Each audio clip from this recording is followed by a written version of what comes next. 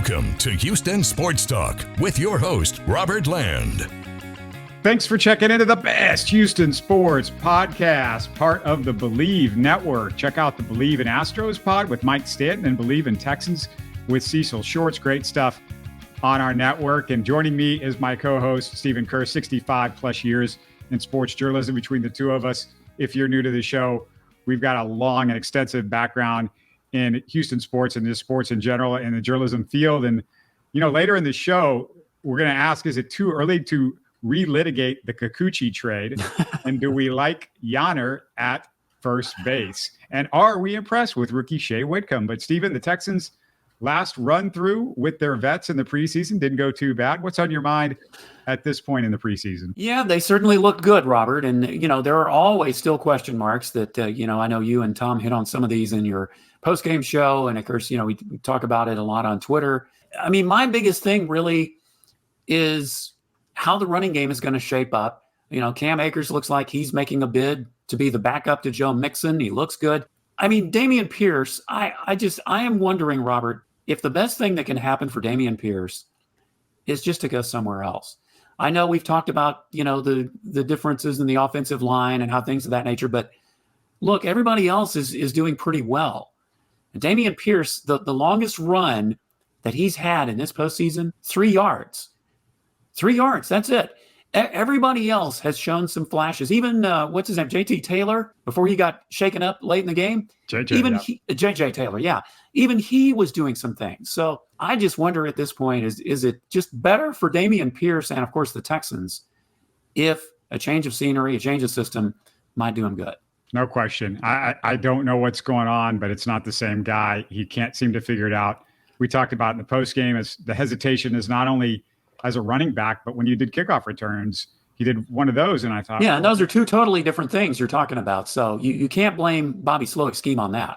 Right. It just seems like his confidence is gone. And I don't know what you can do. Right. And you got a team that you hope to contend for a Super Bowl, and you can't just try to baby him through this and waste a roster spot in the meantime when there's better guys that are playing ahead of him or behind him, I should say. So I agree with you. Yeah, especially as competitive as the running back room is at this point. You know, we mentioned Taylor and of course Akers and British Brooks is even playing good. Jordan. British Brooks. And British Brooks is quite a story. I know I someone had asked in the chat on your postgame show, who is British Brooks? And I responded that, you know, he was a walk-on at North Carolina. The thing about him is there were 10 running backs ahead of him, 10. And yet he managed to make his way up to the first team.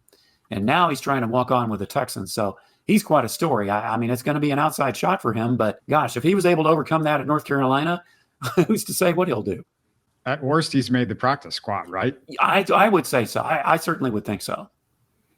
One of the things, Stephen, I just wanted to follow up on a conversation from our post-game show between me and Tom where, you know, he said trading or cutting Robert Woods or Noah Brown would cost similar money. Yeah, I thought that wasn't correct. And so I went on Spotrac, and it turns out Woods, he's making $6 million. Brown's making $2 million. So it's a $4 million difference. Yeah, not a $1 million. I think y'all were saying $1 million. Right? Yeah, exactly. Yeah. And it's a big deal if you decide to trade or release either one. But Stephen, my ideal scenario isn't really getting a 6th-round pick or straight up releasing either guy. Ideally, I'd love to upgrade the backup linebacker spots, and maybe you can find a team who has a linebacker surplus and who needs a veteran 3rd or 4th wide receiver. Well, that's funny. That's kind of what I was thinking, is that why not try to put it into a need that you really have? And we all know linebacker, I mean, that is probably the scariest position, Robert, that the Texans have. I mean, offensive line always is, but that's just because they've had so many injuries over the last few years. But you're really thin at the linebacker position. So if you can luck out and even just get a guy that, you know, obviously is not a star, but somebody that is just able enough to come in and, you know, spell on 3rd down and what have you, hey, I'd be fine with that kind of trade. Christian Harris is a concern right now. I don't know what his situation is, but there's no sign of him. I mean, we're almost there. Saturday's the last one, Stephen. We're getting to that first game. I know, it's amazing, isn't it? And you're pretty sure that the starters aren't going to play, but the fact that, you know, if Christian Harris hasn't played by now, he certainly isn't going to play in the last preseason game. So we just have to keep our fingers crossed that he's going to be in there when the regular season opens. I mean, we're pretty confident that Tunsil will, pretty confident that Mixon will, although I haven't heard much about him lately. They keep building him up as that, no, he's going to be fine. So we're not going to know until we trot these guys out in week 1. We need to see him. We need to see Will Anderson and at least scrimmages or something like that in the next couple of weeks. Well, you hope so. But I mean, it's really not unprecedented, Robert, that some of these guys, they just totally miss the preseason. I mean, it's almost like a guy who holds out in camp and doesn't show up until about the first, the week right before week 1. So it's not unheard of if we don't see those guys. But I think it makes us as fans feel better if we can just get them into some game action so that when they get hit in a game situation and not just in practice, that they're kind of expecting it. Before we get to the Astros, and there's a lot to talk about with them, we got to show a little love to Jalen Green for instigating a players-only minicamp in LA. And Şengün, Amen, Jabari, Reed Shepard, all among the guys going, Stephen. It's just as important that Jalen instigated this, I believe, as it is that they're actually doing an off-season minicamp.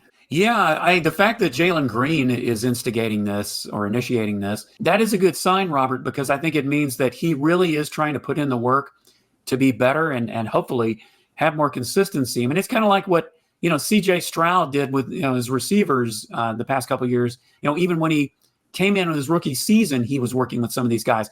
But all those guys you mentioned, including Jalen Green, I mean, those are going to be the key pieces of your team next year. And the fact that they're getting together on their own and they're working things out in the summer, that shows you that they're raring to go for the regular season. They really want to take the next step for the Rockets.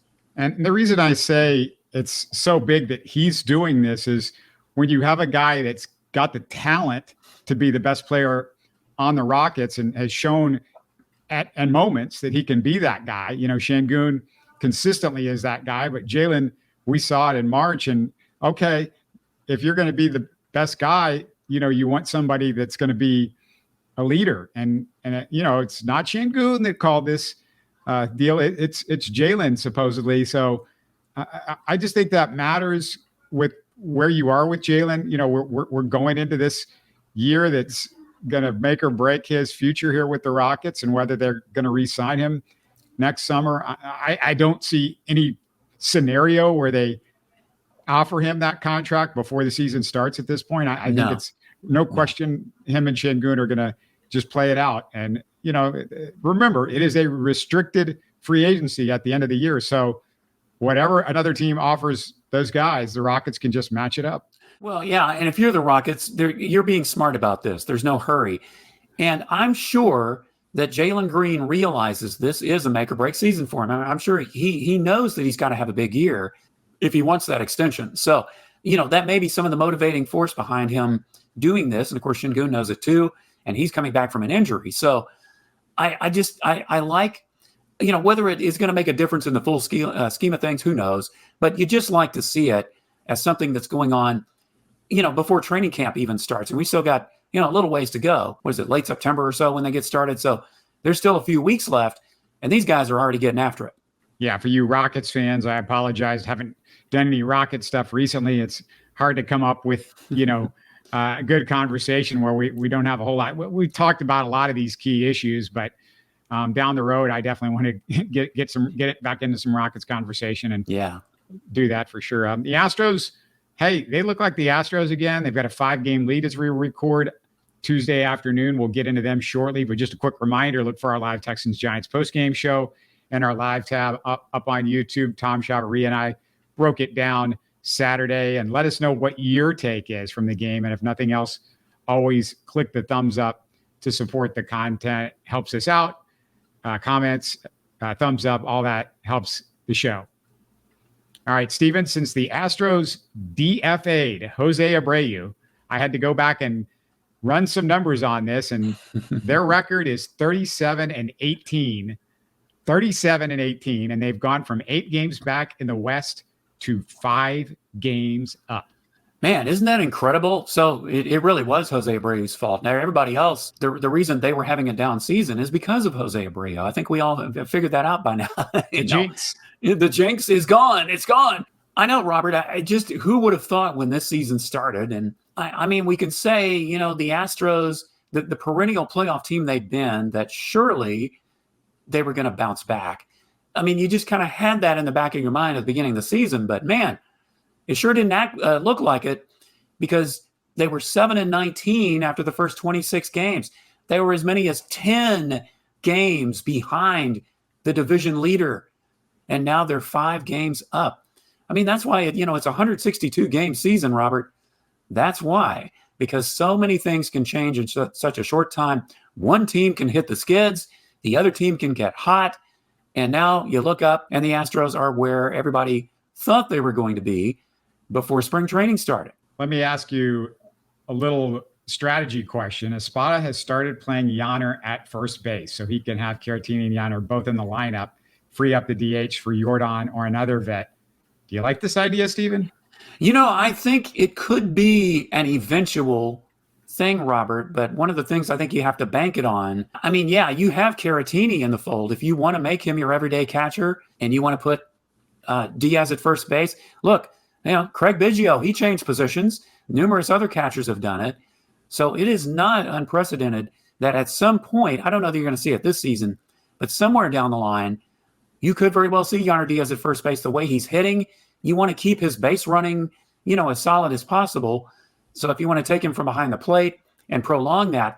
And the other factor, the Astros' first draft choice this year was a catcher, Walker Yannick. He's already opening some eyes in his, pro ball debut. So, if he pans out in the next couple, 3 years, that's another reason that you could say, hey, let's just ship Yainer Diaz over to first base. We've got some good catching depth now. So, no, I think it is absolutely a possibility, at least somewhere down the line. That's a good point with first round pick. But my concern with Yainer at first base is, boy, he still needs a lot of work. He just looks uncomfortable, especially at receiving at first base, when they're throwing balls in the dirt over there. And that's my concern with so many of these guys. I mean, we just got so spoiled with Yuli for a few years. You just took it for granted almost.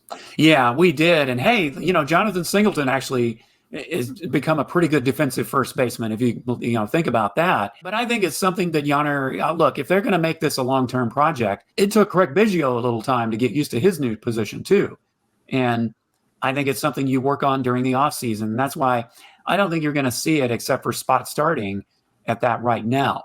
But as time goes on, depending on how they address first base in the offseason, that's something that if they're really seriously looking at it at that position in the long term, then those are things you can hopefully work on during the offseason and even during the season if you're going to spot start him like that.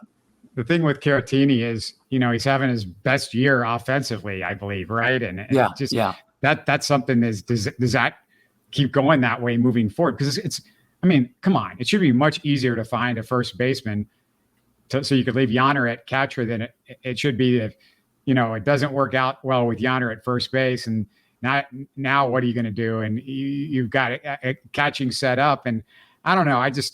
That's the thing that's my concern is Yainer's played catcher. It's not like he's terrible there. That the real thing that everybody was talking about last year was, well, maybe he doesn't handle the pitchers well. That's a Dusty thing, maybe more than the fans thing, but you can't say that this year. I mean, they made this run and he's played a lot of catcher during this. Well, he wasn't the starting catcher last year. I mean, the thing about it is you've got to develop chemistry with the pitchers. And the only way to do that is you've got to pitch them a lot or catch them, I should say, a lot. And Yainer Diaz didn't do that last year. And how many times did we go over that with the Dusty thing is, Martin Maldonado was your starting catcher, 150 out of 162 games or so it seemed. So that's he's gotten much better at it this season.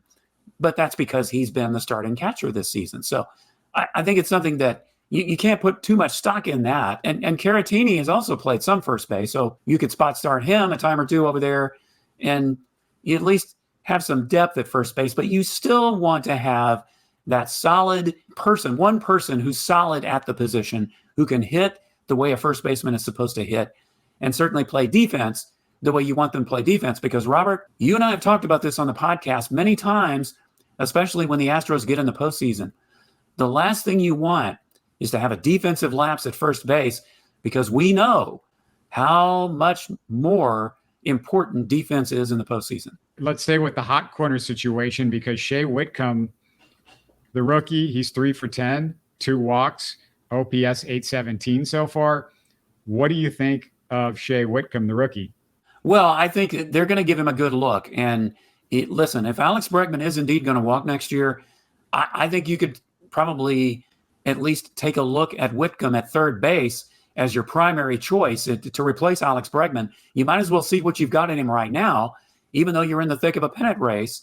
You've had some injuries that have kind of afforded you to be able to do that. Yeah, he hit lights out in the minor leagues or, in AAA. But again, you got to prove you can hit major league pitching, but it's going to take more than just 10 at-bats to prove it. But at least right now, he's showing why they want to take a good look at him. But I think, especially now that Will Wagner is gone, he's certainly not going to be in the mix. You do have DeCenzo that you're taking a look at. But I think those two guys you're going to look at to see, are either of them going to be ready to step into Bregman's shoes? Should he walk next year, or are we going to have to go look for other options? No question. He looks better than DeCenzo at the plate. Yeah. But as you said, considering he is the likely replacement at third base, if Bregman leaves, I would say Whitcomb has the lead right now. I just wish his defense looked halfway decent. But Steven, fans have got to keep in mind, he only had 97 or 96, I should say, of his over 400 minor league starts at third base. The position he played the most in the minors was actually shortstop. He played half the time there. Yeah, and that is a big difference. And so, again, it just takes a little time. He hasn't been at the hot corner that much, and certainly not in the major leagues. So I think you just have to have a little patience with that. But certainly for being at the plate, I think we can get a good look and see what Shay Whitcomb's got. Yeah, you talked about the postseason and how much defense matters at the corners. And I just feel like nobody's looked like Bregman or Yuli at third or fourth, and it's hard to find those guys. Like, we've seen a lot of Astros baseball over the years. Those guys are not easy to find. It was difficult not to take the Astros hot corner defense for granted over the years. Well, that's why you kind of get a little scared if you're going to put one of those young guys, at first base. It's not likely that you're going to have to do that at third this year unless Bregman gets hurt, heaven forbid, at least long enough to stay out of the lineup. So I at least feel comfortable knowing that Bregman's probably still going to man the hot corner for one more postseason, but it's first base, again, and even in the outfield, you kind of wonder, especially with the way some of these guys are hitting, and if Tucker's not going to be back anytime soon, that's another thing you've got to think about. Let's go to another rookie that the Astros have given some playing time to. He's now back in the minor leagues, but I guess my question to you is, should we give Pedro Leon a little bit more time? You need to see more from him. I know he was up for only 20 at-bats, but it was 10 Ks, and the strikeouts have been an issue throughout his minor league stint with the Astros. Well, I think that's why it took so long for them to bring him up. I'm sure that's maybe not the only reason, but one of the major reasons is the strikeout rate. And it showed, when they did bring him up for that brief time, that he still has a lot of work to do in that area. I think he will be one of the guys called up in September. Now, you can't go to the 40-man roster, I think, like you used to. So you're only going to have a few guys. And Pedro Leon could be one of those guys. Forrest Whitley could be another. So, but yeah, with Leon, I think they're going to have to give him a little more time, because there's definitely something he's got to work on. If he wants to get in the major leagues and stay there, he's definitely got to cut down on the strikeouts. Both him and DeCenzo, I started to see the more they played, I'm like, they're just not getting their bat on baseballs that are in the strike zone. That's a concern. I mean, there's always the adjustment, Steven, so it's hard to tell sometimes, are these guys just adjusting to major league pitching, or is that something that we should be concerned about big picture wise? Because the key, I think, for everything that you've learned about the Astros over the years is they believe in contact and definitely not striking out.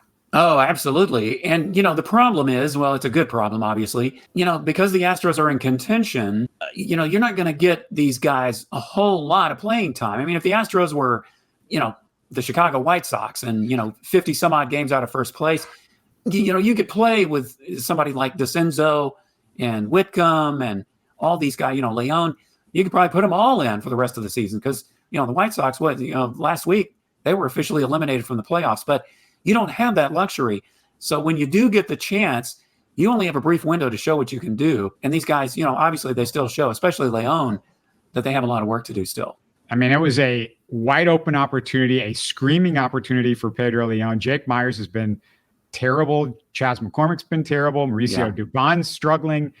I mean, he had a shot, and it just says everything that what they thought of him and the opportunity that he was given, that he's already back down in the minors in that short of time.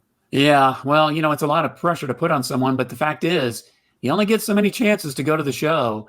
And when your number comes up, you've got to be ready. And I mean, it's a catch-22, so few at-bats, and you didn't really shine.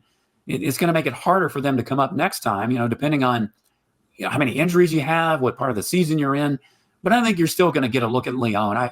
I think they're still high enough on him that you haven't seen the last of him in an Astros uniform yet. Dana Brown took some heat for the Kikuchi trade, as you guys know, and you also know that we weren't particularly thrilled with what he did there. And I just want to throw out some numbers so far, Stephen. In Kikuchi's 4 starts, he's posted a 2.42 ERA in 22 and a third innings, 31 K, 7 walks. The Astros are 4-0 in those starts. Will Wagner is on fire in Toronto. His OPS 1132, just 19 at bats. It's early, but still, we thought that might be somebody that you shouldn't have, a little extra that you gave up in the deal. Loperfito's struggling.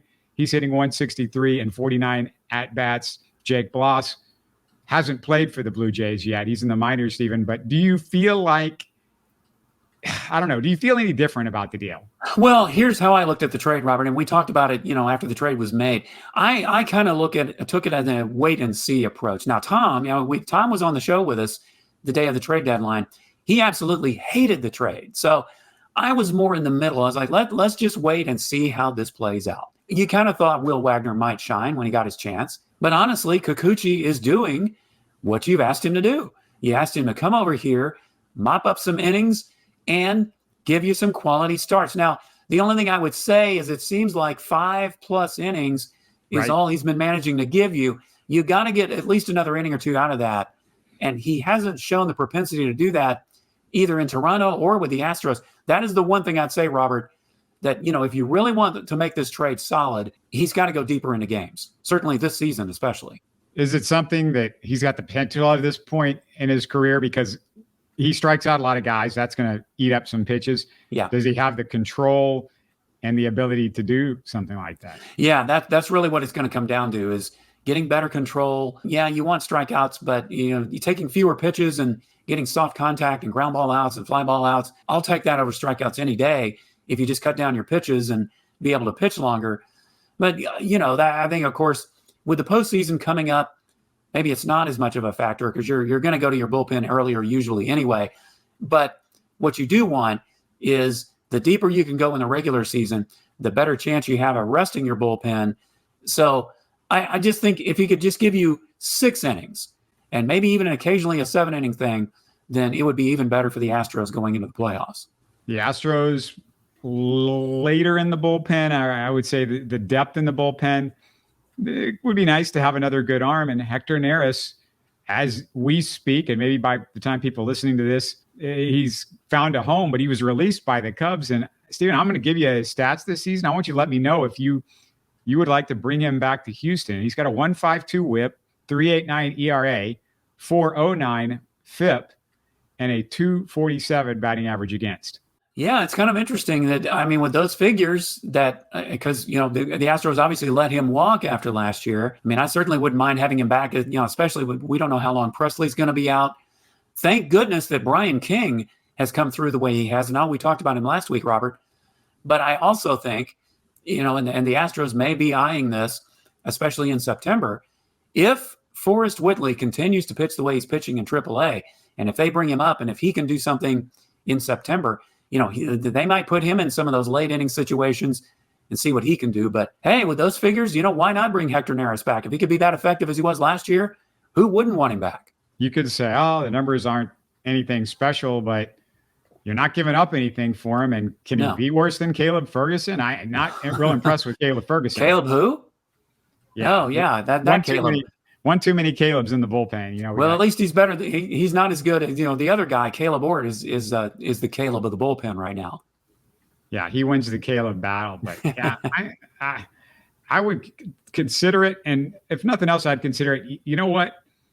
That guy was a leader, an emotional leader for the Astros. He brought something to the table besides just what he was doing out of the bullpen. You're talking about Neris, right? Yes. Neris. Yes, absolutely. I mean, that's one of the reasons the bullpen was so successful. And, you had guys like Neris who, very outspoken. He certainly, he had that little controversy last year, but he wasn't afraid to say what he needs to say. And, the Astros, certainly the team respected him.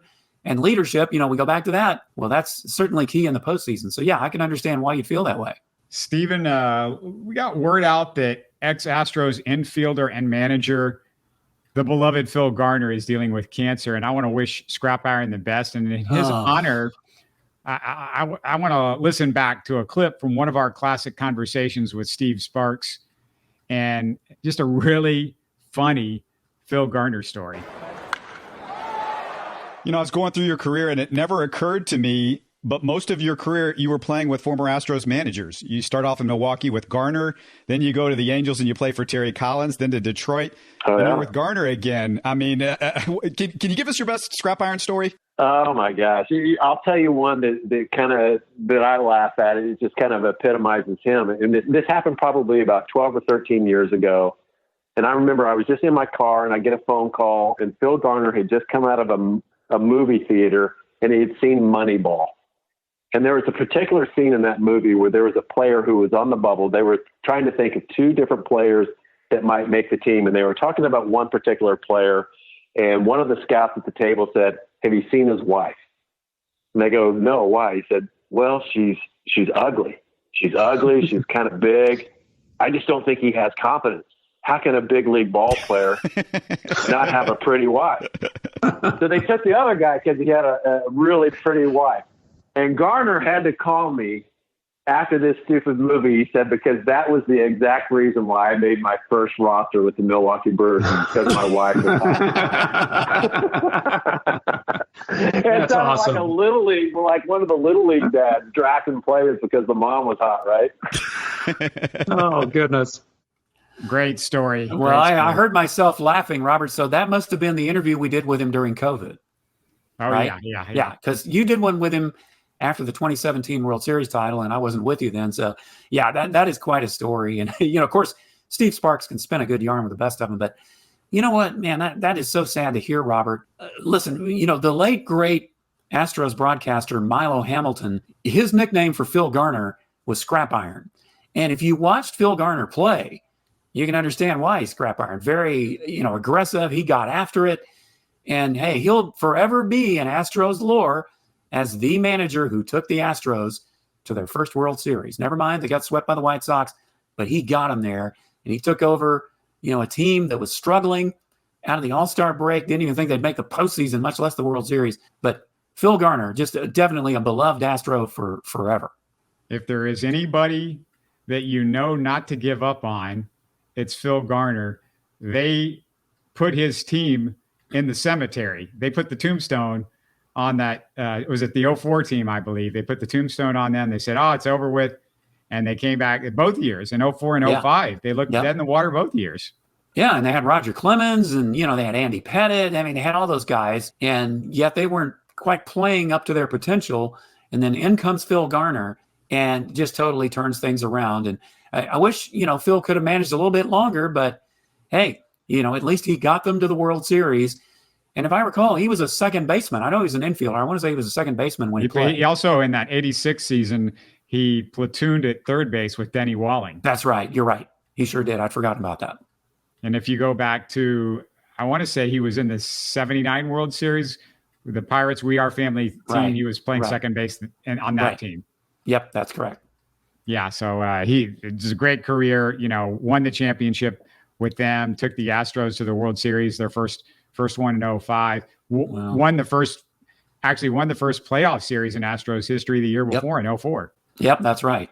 He certainly did. Well, we certainly wish Phil well. We'll be praying for him and certainly, the best to him and his family. Yeah, lots of prayers out there. I mean, I saw on social media Bill Brown and, a lot of the guys that covered him he's just a guy that everybody universally loves. And, him and Durker, I think, are two of the Astros managers that I feel like pretty much have 100% approval rating by anybody that's ever talked to them, got to know them at all. Well, at least, after the fact, because, when you're the manager, you're always going to get criticism. So, but if you have time to look back and you think about them as people, I mean, that's two great names, Robert. You put them both in the same sentence with good reason. Phil Garner and Larry Durker, they're both just great people. No question. And I feel lucky that the Astros have had guys like that we can root for. And they did both. They were players and managers. Yeah, that's exactly right. And I never got the chance to interview Phil Garner, Robert, but I did a phone interview with Larry Durker way back in the early 90s. And I felt so bad because poor Larry, I don't know what kind of phone he was on. It was probably our sorry phone system at the cheap radio station I was working for. I won't name names, but he could barely. I had to repeat each question about twice, 2 or 3 times, Robert, because he could barely hear me. But he was so gracious, and he hung in there the whole time. So, once again, that just cinches what a great person Larry Durker, Phil Garner, and a lot of these guys are for the Astros. Couple of tin cans and string. Is that what you guys used back in the day? That's kind of what it felt like. I almost threw a cup across the room because I got so angry with our phone system. So yeah, just good memories. Anything else that I missed this week? Any other news? It's a time of the year where it didn't feel like a ton of stuff is going on. Well, we do want to mention U of H does have a new athletic director, Eddie Nunez from New Mexico. So they did finally have an AD right before football season. Of course, Chris Pesman was dismissed a couple months ago. I know we haven't really talked about that too much on the podcast, Robert, but UH has a new AD moving forward. So, it'll take some time, obviously, but, he's starting out fresh with a new football coach. So anyway, yeah, that's the one thing I did notice, that we need to say congratulations to Eddie Nunez for becoming the new athletic director at U of H. Yeah, I can't remember the number, but he had a hell of a record. His program won a ton of championships in the time that he was out west. So, he brings in some definite cachet, and he's done it, in a big program. That's a great thing. Yeah, absolutely. I mean, it's not just about football. You want to win the whole thing in every sport if you possibly can, and especially being in the Big 12, because all it does is help your recruiting. So hopefully he can translate that same thing to the University of Houston. They certainly have a winning basketball program, but you get the football team on the right track, get the baseball team back on the right track, and several of the other sports, then you've really got something. Believe it or not, it's just around the corner, Stephen. We're like a week away, or just a few days, I think, away. I think the college football starts this weekend, but the Cougars are just 2 weeks away, right? Yeah, that's right. And of course, I live in Austin, so I'm very close to UT, and the Longhorns, they start on the 31st. So yeah, they're just around the corner. So, man, can't believe the football's here, and we only have one more preseason game. Then the NFL will get underway in a couple weeks after that. Right, and we're just, you said the 31st. It's 11 days away. That's also 11 days away from the Cougars' first game. They're hosting UNLV. They've done a lot of work to the football stadium, so that should be fun to go out to the stadium to see. And also, the week after, 1 week later, they're playing Oklahoma in Houston. In Houston. Doesn't that bring back visions of, they played them in the opening season several years ago. So, yeah, it's definitely good to get excited, at least about Cougar football this year, if for no other reasons, because they have a new direction. Willie Fritz, I think he will put this team back on the right track. You hope it just translates into some kind of a turnaround. Anything is better than what they've had the last couple of years, right? Without question. I'm looking forward to seeing what he can do. Really rooting for that guy. Like I've said before, I know his daughter, and she's a real sweetheart. Yeah. I assume, the family is just a great family. She just had her first baby. So congratulations to Lainey on that. And, awesome. Just looking forward to seeing what the Astros can do here in the next couple of weeks. And Justin Verlander is finally going to pitch after a neck injury when he was sleeping. And, usually when you have a neck injury, when you sleep, you got to at least miss a month and a half of baseball, right? That's one of those. Well, when you're as old as Justin Verlander is, Robert, that's just kind of but that's nothing compared to you and me. So I you're right.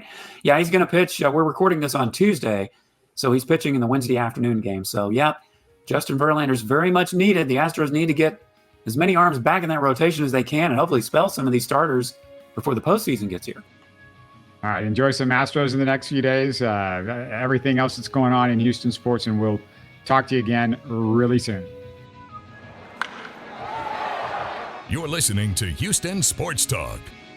Hey, don't forget to support us by subscribing and commenting on YouTube. You can always listen to us on Spotify, Apple, or your favorite podcast app. Tell your friends about us and share our show links on social media. Spread the word, everybody. Thanks for listening.